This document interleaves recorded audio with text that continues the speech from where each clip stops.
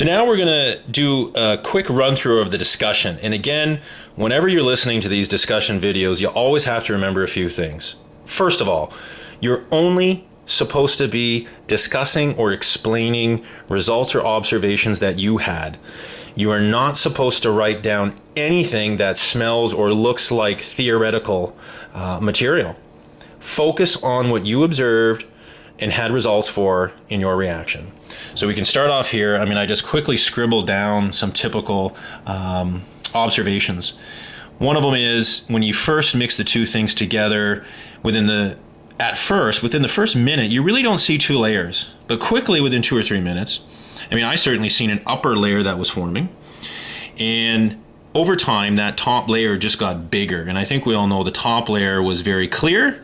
The bottom one often was sort of, misty or foggy looking. Then we moved on to distillation. Distillation at the distilling head. And in the case of when I did it with the small 14 joint glassware, so it was very small. 49.5, some got 50 or 51.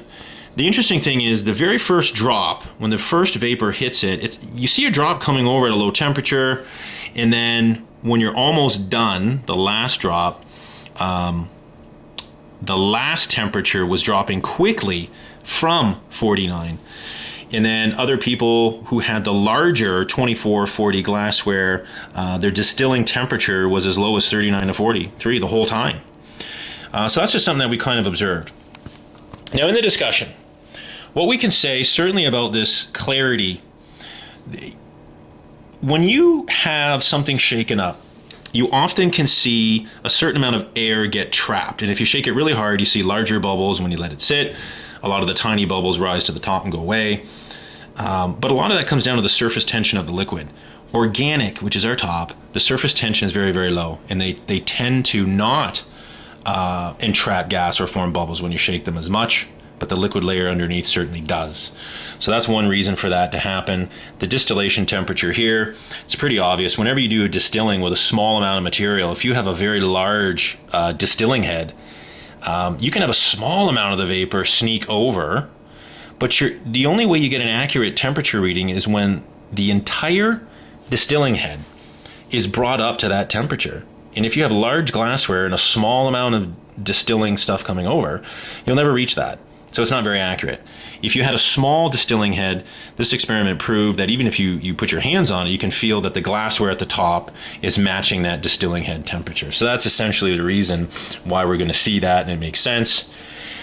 The other thing we want to talk about here is the energy on a y-axis. And what you're monitoring is what is the energy of the species doing as the reaction goes on. And the first thing we always have to do in almost every discussion when we're doing changing a functional group to another is look at the two. And this is where I'm going to say qualitatively in organic, alkyl halides are usually considered more reactive, but not by much, than alcohols. Which leads us to a generic, and see, it's not official, folks. This is very, very approximate and generic. The one thing that nobody's going to dispute, acid chlorides are certainly the most reactive organic functional group. The bottom of the list is things like amides. They just don't like to react, and there's very few reactions for them.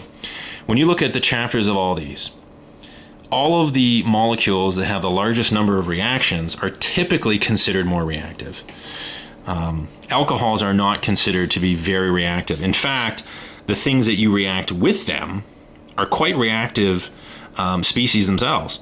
And you can see on the line here, you can have RX, alkyl halides, alkenes, aromatics, and then you move up to esters and acids, and then this line, sort of equivalent, very similar, and then it goes up to here.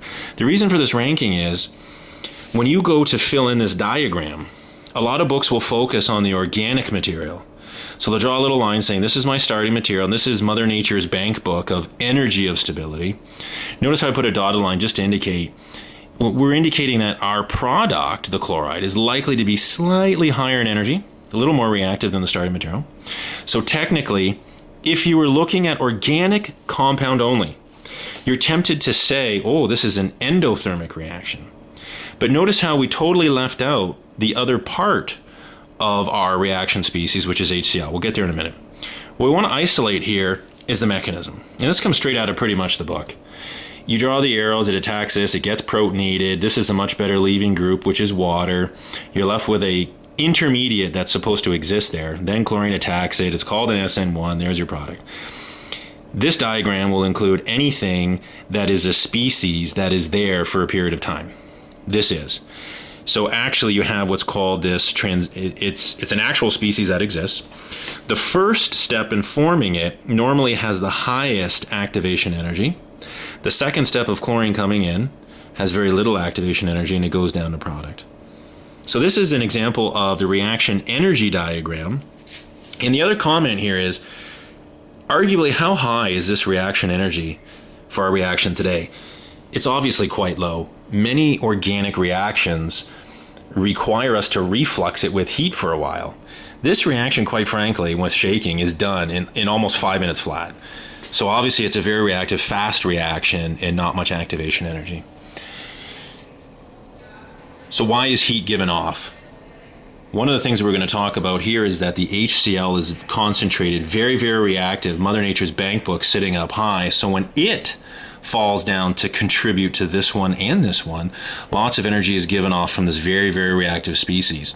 So the energy given off here easily provides the small amount of energy to get this one to here. And that's a very common thing that happens. And that's the bigger picture of reaction energy diagrams. The percent yield, certainly you're going to have to talk about the things such as the volatility. This thing evaporates so quickly. How do we get an accurate percent yield for the reaction? One of the recommendations would be something to the effect of go back to the separatory funnel, and if we could drain that layer and quickly measure it, we'd get a much more accurate percent yield. If you wait to go through the distillation and weigh your final product that you obtain, that's not really a reaction yield. That is what we would call a process yield. The reaction was done right here in the flask.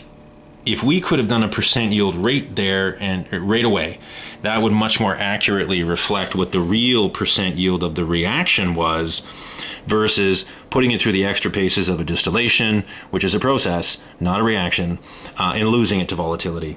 The reaction rate, we talked about it, that always comes back down to the height of this. And the fact that it took place so fast compared to other reactions, we know that this is considered a very fast reaction, low activation energy. And the only other comment, just thinking off the top of my head, we normally also like to talk about the TLC, for instance. Why do we not take a TLC for this? There's two reasons. Number one, it's so volatile, absolutely so volatile, that if you spot it on a TLC plate, you're not going to actually see it there. Within a couple minutes, it's going to evaporate. The other comment is, I'm just getting a look here, that little devil. This compound is not ultraviolet active. Our TLC under the UV lamp, you have to have a compound that has at least 1 or 2 pi bonds in it, because that actually bonds to the substance on our silica gel, right? So if you had, for instance, I'm looking for it, if you had an aromatic ring, it's well known that that will bind to our F254 coated TLC plates, and it creates a compound or a complex that fluoresces. So when you shine the UV light on it, you see that nice purple color. So there is 2 reasons why, but the number 1 reason why we're not running TLC is this evaporates and it won't even be there. Otherwise, if it did not evaporate, we could try an iodine chamber or some other developing agent.